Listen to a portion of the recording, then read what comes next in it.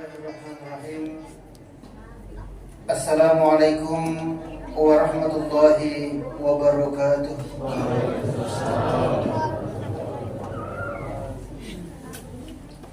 Alhamdulillah. Alhamdulillahirabbil alamin. Assalatu wassalamu ala asyrafil anbiya'i wal mursalin Sayyidina wa maulana Muhammadin sallallahu alaihi wasallam wa ala alihi wa sahbihi ajma'in, amma ba'd. Bapak Ibu yang dirahmati Allah Subhanahu wa taala, sebagaimana disampaikan oleh protokol, tema yang akan kita angkat dalam kesempatan ini adalah puasa membentuk perilaku yang ikhlas. Pertanyaannya kemudian, dengan cara apa puasa itu membentuk perilaku ikhlas pada manusia? Oleh karena memang perilaku itu sesuatu yang harus dibiasakan. Maka apa pembiasaan-pembiasaan dalam Ramadan, dalam puasa yang kita kerjakan itu, sehingga terbentuklah keikhlasan yang besar, yang tinggi dalam diri kita. Jamaah sekalian, paling tidak ada 5 poin yang menjadi catatan dalam pembicaraan tersebut. Yang pertama, puasa membentuk perilaku ikhlas melalui kesadaran spiritual.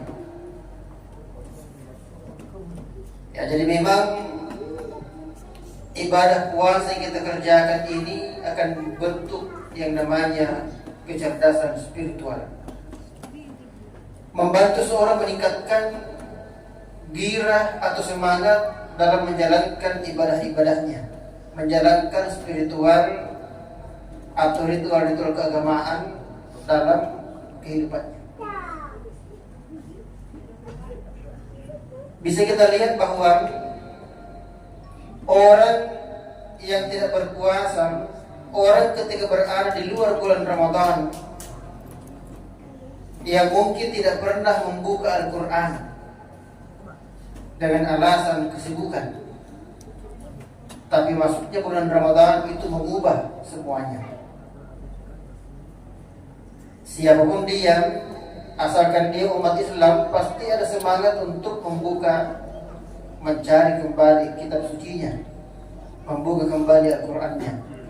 Yang barangkali sebelum masuknya Ramadan, Al-Quran itu hanya tinggal berdebu di rak tempat penyimpanan buku kita. Nah, itu yang pertama, muncul kesadaran spiritual. Orang yang tadinya hanya melaksanakan sebatas salat wajib saja, akhirnya dalam bulan Ramadan ini ketika melaksanakan ibadah puasa juga ada semangat untuk melaksanakan ibadah salat yang lainnya, bukan cuma yang fardu, bukan cuma 5 waktu yang kerjakan, tetapi salat sunat pun diupayakan disempurnakan. Seperti misalnya sebentar setelah ini kita lanjutkan dengan salat tarawih berjamaah lagi. Padahal di luar bulan Ramadan, jangankan salat sunat, salat wajibnya pun itu kadang-kadang cuma dilakukan seorang diri tanpa berjamaah. Tapi dalam Ramadan ini, dengan semangat puasa yang kita lakukan, salat sunat pun dapat kita konsisten laksanakan dengan berjamaah. Ini semangat spiritual. Oleh karena itu jemaah sekalian, ketika ada orang sudah masuk bulan puasa, mengatakan dirinya berpuasa di siang hari, tapi tidak menyempurnakan ibadahnya dengan salat tarawih, itu sungguh kasihan. Karena salat tarawih ini hanya ada pada bulan Ramadan. Maka beruntunglah semua jamaah yang hadir sampai pada malam ini. Dan lebih beruntung lagi yang sanggup mempertahankan shafnya hingga berakhirnya bulan suci Ramadan. Ya, karena di mana-mana masjid, hampir semuanya, tidak semua tapi hampir semua masjid, jamaah itu hanya membeludak di awal-awal Ramadan. Masuk 10 kedua Ramadan, jamaah sudah mulai maju. Ya, maju bukan artinya bertambah jamaah. Maksudnya maju di sini, tadinya jamaah sampai paling belakang, akhirnya di 10 kedua Ramadan sudah mulai bergeser ke depan jamaah karena sudah kosong di belakang. Nah, itu jamaahnya mulai maju. Safnya yang maju. Nah, itu banyak terjadi. Namun bagaimanapun paling tidak ini mencerminkan bahwa memang ada gairah yang muncul, ada semangat untuk meningkatkan nilai-nilai spiritual dalam diri kita bagi orang yang berpuasa. Nah, jemaah tarawih dirahmati oleh Allah Subhanahu wa taala. Yang kedua, puasa membentuk perilaku yang ikhlas melalui pengendalian diri. Nah, jadi orang yang berpuasa itu insya Allah sanggup mengendalikan dirinya, sanggup menguasai hawa nafsu yang ada dalam dirinya. Saking besarnya kemampuan manusia menguasai hawa nafsunya di siang hari Ramadan. Coba kita lihat itu perokok. Orang-orang yang merokok itu, Bapak Ibu sekalian, kalau tidak puasa dalam 1 jam dia tidak merokok, itu seperti orang bodoh-bodoh kelihatan. Susah dia tahan untuk tidak merokok. Tapi dalam bulan Ramadan dia berpuasa, mampu dikendalikan. Kadang ada mengatakan, saya kalau tidak merokok ke APBB aku rasa. Tapi kalau bulan puasa tidak tunjuk. Ini pengendalian diri.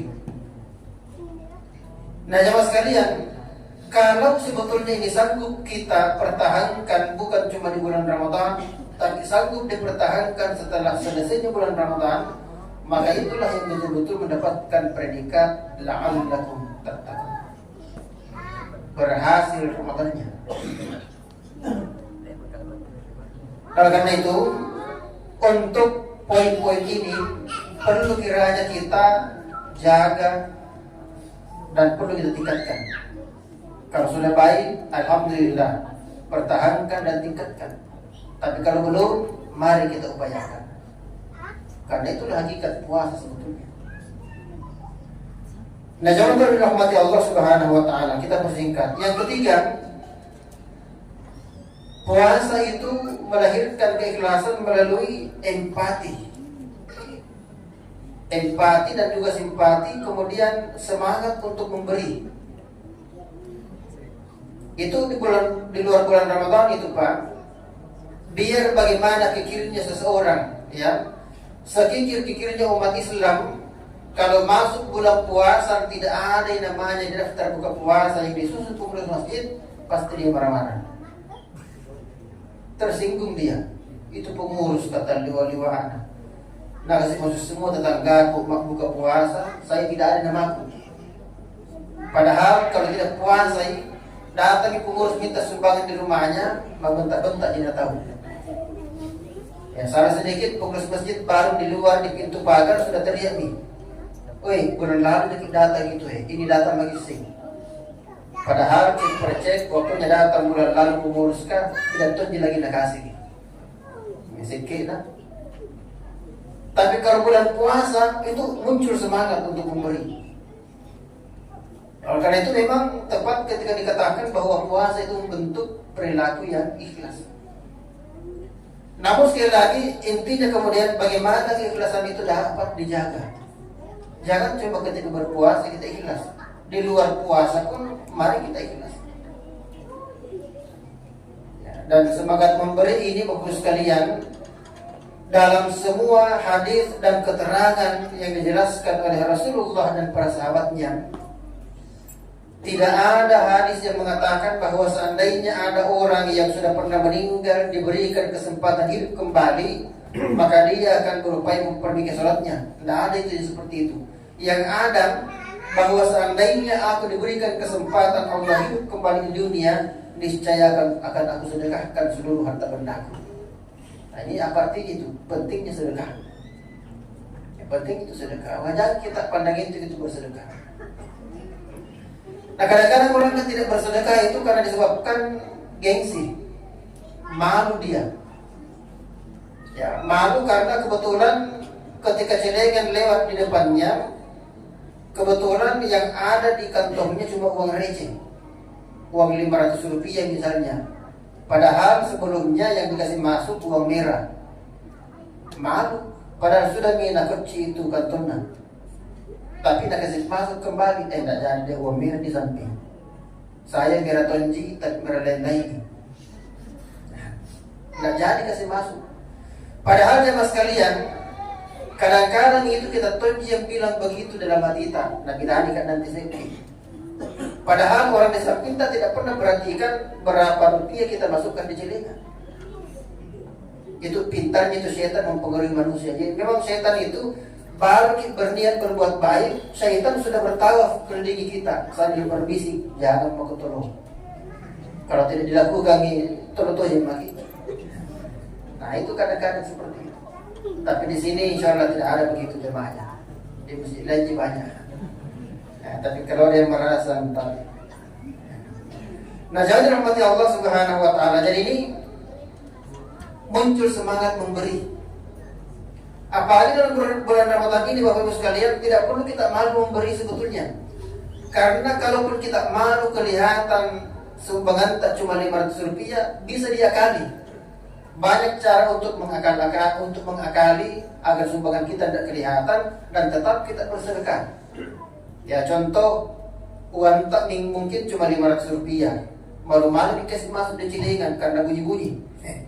Ya paling tidak besok jam 5 sore, ambil itu uang tak 500 rupiah, belikan air gelas, simpan di masjid. Insya Allah jam 6 lewat 17 pasti ada yang minum untuk berbuka puasa. Itu sedekah. Dan jangan pandang enteng satu gelas air minum, karena Nabi memberikan jaminan, siapa yang memberikan makanan dan minuman kepada orang berpuasa untuk berbuka, maka baginya pahala yang besar. Ya tidak dikatakan harus air es, tidak seperti itu. Dan dikatakan harus sirup. Pokoknya siapa yang memberikan makanan dan minuman kepada orang berpuasa untuk berbuka. Nabi ada satu teguk, apalagi kalau satu gelas air minum. Tidak perlu malu-malu. Ayo bulan Ramadan luar biasa ini. Oleh karena itu jemaah sekalian, mari kita pertahankan diri atau semangat tersebut untuk saling memberi satu sama lain. Nah jemaah sekalian, kita persingkat. Lalu kemudian berikutnya, yang keempat adalah kesederhanaan. Ya orang puasa itu belajar hidup sederhana, Bapak Ibu sekalian. Yang tadinya tidak pernah lepas makanan di tangannya, pokoknya sepanjang aktivitasnya mengunyah terus. Dalam berpuasa dia hidup sederhana. Berbuka puasa hanya dengan kurma sudah cukup. Berbuka puasa hanya dengan seteguk air minum sudah cukup. Dan itu memang luar biasa itu. Kadang-kadang kalau kita lapar ingin makan, memang tidak cukup perasaan kalau cuma satu piring. Tapi dengan berpuasa, kita sudah tidak makan minum sejak terbitnya fajar di ufuk timur sampai terbenamnya matahari di ufuk barat. Tapi dengan seteguk air minum sudah enak perasaan. Nah, itu luar biasa. Nah makanya itu jemaah sekalian, ini melalui kesederhanaan yang kita lakukan, mari kita aplikasikan bukan cuma ketika berbuka kita sederhana, tapi dalam kehidupan yang lain pun kesederhanaan itu muncul sebagai sebuah perwujudan kecintaan kita kepada Sang Khalik Allah Subhanahu wa Ta'ala. Yang terakhir, yang kelima, puasa dikatakan sebagai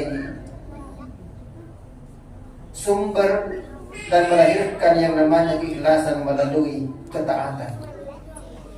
Jadi puasa itu adalah merupakan ibadah mahdhah, ibadah yang sudah pasti dari Allah Subhanahu wa Ta'ala sebagai kewajiban, dan ini merupakan bagian ketaatan bagi orang yang melaksanakannya. Apa artinya itu? Mari setiap ada perintah untuk melakukan sesuatu kebaikan, maka belajar bertaat. Sebetulnya di situ. Jangan karena yang memberikan perintah adalah pemimpin yang kebetulan tidak kita pilih, ketika dia keluarkan aturan, padahal aturannya bagus, tidak mau kita ikuti. Ya, padahal sudah masa lalu, itu masa pemilihan sudah selesai. Ini berat Bapak Ibu sekalian, sangat berat iman. Tetapi kalau satu kita aplikasikan dalam kehidupan kita, insya Allah damai itu kehidupan. Pemimpin itu yang seyogianya kita jadikan sebagai kita ikuti dalam kehidupan kita ini, yang sangat pantas misalnya dalam salat berjamaah itu. Ya, coba kita lihat dalam salat berjamaah, imamnya mau salah mau benar, makmum wajib ikut di belakang. Dan kalaupun imamnya salah dan harus ditegur, maka tegurlah dengan cara-cara yang paling sopan. Bagaimana menegur imam dengan cara paling sopan? Ya, minimal dengan kalimat subhanallah. Makmum tidak perlu bubar salatnya karena imamnya salah. Makmum tidak perlu teriak-teriak di belakang, "Woi, salah Pak Imam." Tidak perlu. Tapi yang dilakukan adalah menegur dengan cara yang paling sopan. Subhanallah. Apa artinya itu? Kalau ini kita aplikasikan dalam kehidupan kita bernegara, maka negara ini pasti damai. Apalagi mayoritas umatnya penduduknya muslim. Seharusnya aplikasi salat berjamaah itu dapat kita aplikasikan dalam kehidupan kita. Ya, dan itu sekali lagi dalam bulan Ramadan ini berpuasa itu sangat mungkin untuk kita melakukan itu. Karena semarah-marahnya orang kalau dia puasa, pasti amarahnya mudah diredam. Bahkan orang yang paling tinggi nafsunya kadang-kadang kalau dia marah, maka dia akan mengatakan, jangan kau marah ke puasa. Nah, itu puasa. Nah, jamaah kami dirahmati oleh Allah Subhanahu wa taala, sehingga pada prinsipnya ibadah puasa ini memang merupakan satu ibadah yang luar biasa, yang sengaja diberikan Allah Subhanahu wa taala kepada kita umat manusia. Karena Allah Maha tahu segala kekurangan-kekurangan manusia. Dan semuanya dapat kita selesaikan, dapat kita ambil hikmahnya melalui dengan ibadah puasa yang kita lakukan selama 1 bulan lamanya. Semoga kita semua menjadi bagian orang-orang yang sanggup mengaplikasikan 5 poin yang kita sampaikan tadi dalam kehidupan kita, sehingga kita keluar dari bulan suci Ramadan pada tahun ini dengan menyandang predikat la'allakum tattaqun. Amin ya rabbal alamin. Wallahul muwaffiq ila aqwamit thariq. Wassalamualaikum warahmatullahi wabarakatuh.